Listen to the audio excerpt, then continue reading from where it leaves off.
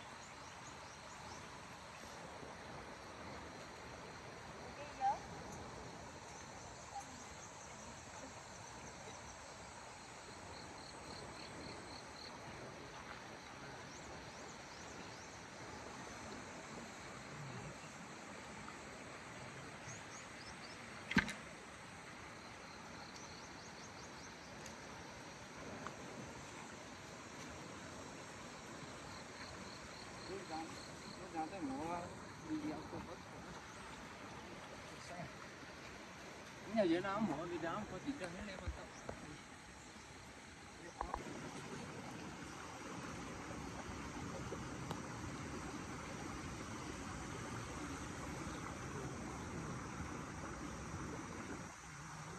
Tôi phải tụ à.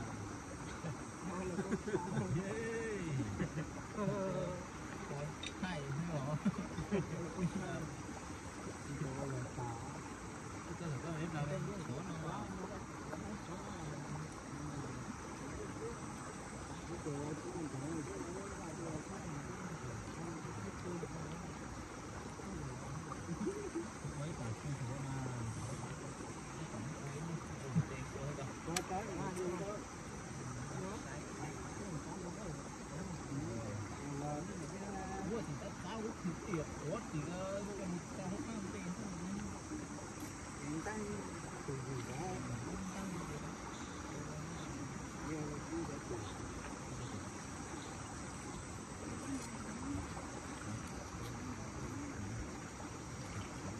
Yeah.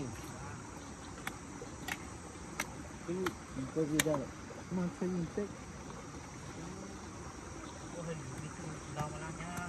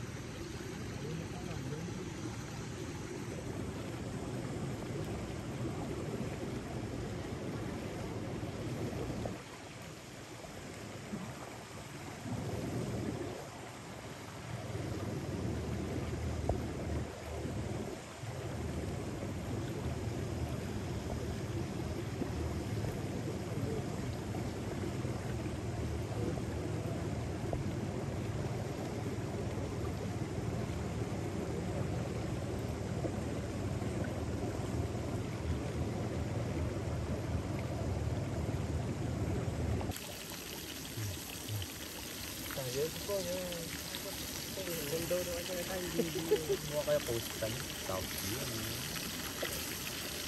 nó có quay chẳng quá này nó cũng sáng nó cứ chuông nó tôi cho cái lưng mà giờ lúc của thế rồi của thằng họ phải canh rồi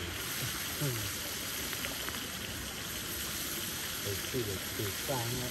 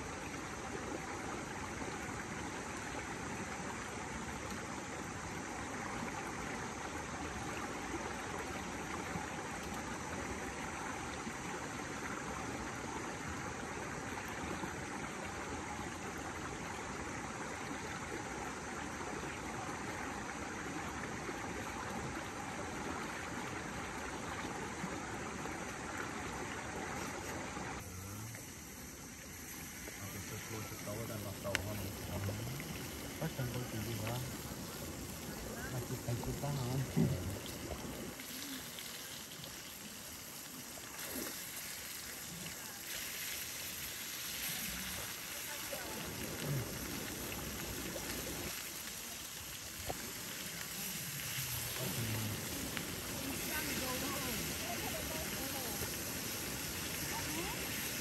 với tay chỉ đó nữa mà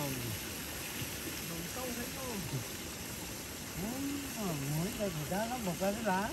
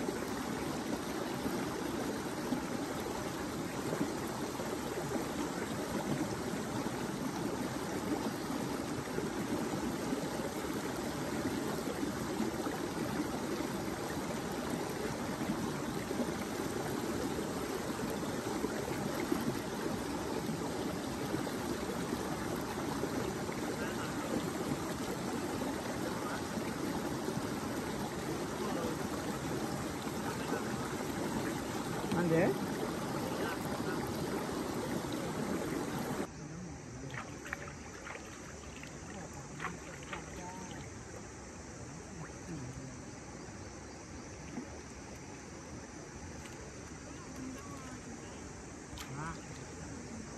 Đó kìa. Nhưng mà đâu không hả? Cảm ơn. Vừa tí sạch của máy luôn.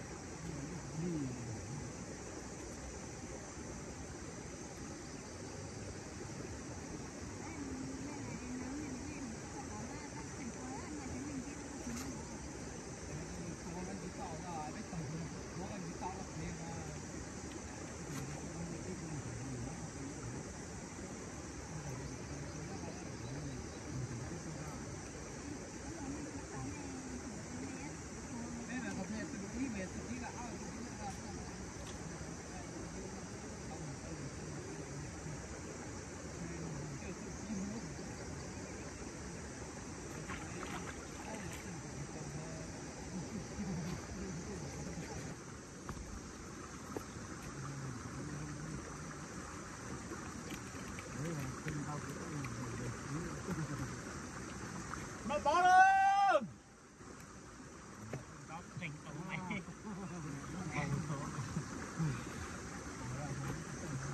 Thì mà cái việc gọi dược chí là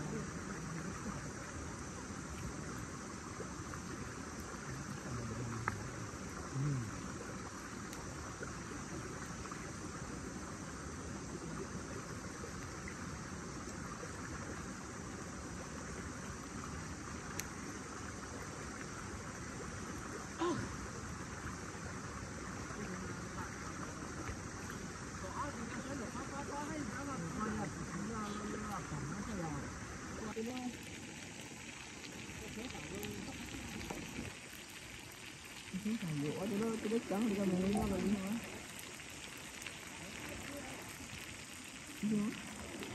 Mình dung rồi. Là cái đã nó cái đất trắng này nữa rồi.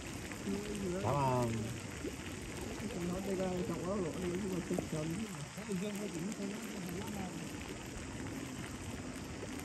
Tôi quán thì mình có hơn chứ mà.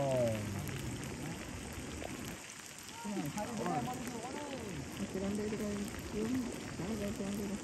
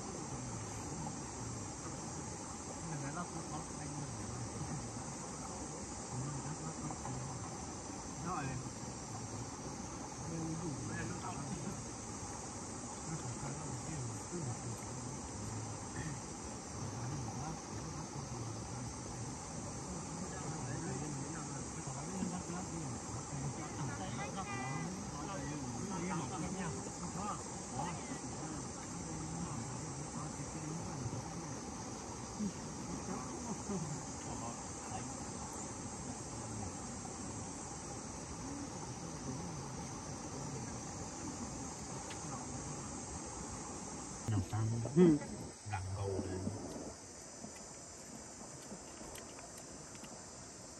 anh đủ chứ chắc chỉ ngắm một phát chắc ai giờ cái của câu sao đó của câu sao đó của áo sao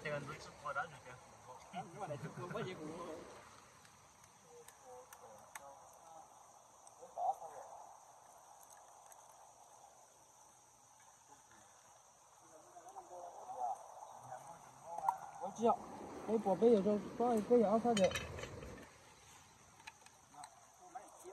sáng mà có áo sao là không tổ là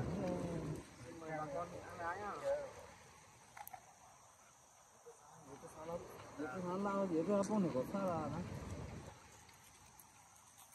cái chuyện nó cắn chuyện nó chuyện nào cũng cầm ra đắt tử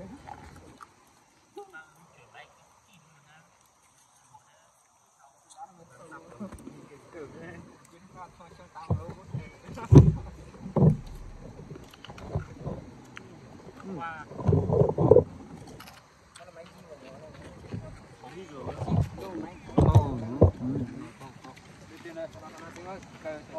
vâng ạ tính nhận đã khen lên nó sao đấy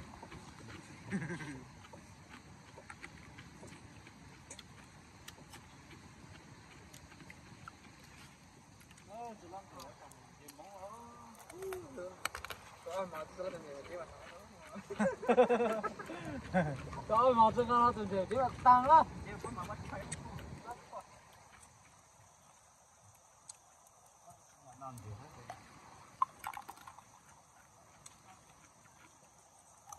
cái cho cá hở này là cá nào lo rồi đó nó tới đấy